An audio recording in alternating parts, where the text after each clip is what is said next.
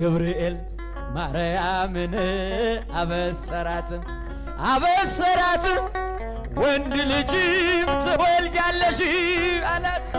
ገብርኤል ማርያምን አበሰራት። ተጋበል ወደዚህ ሁላችሁ። ወንድ ልጅም ትወልጃለሽ ሚካኤል መልአክ በክንፉ ከለላት።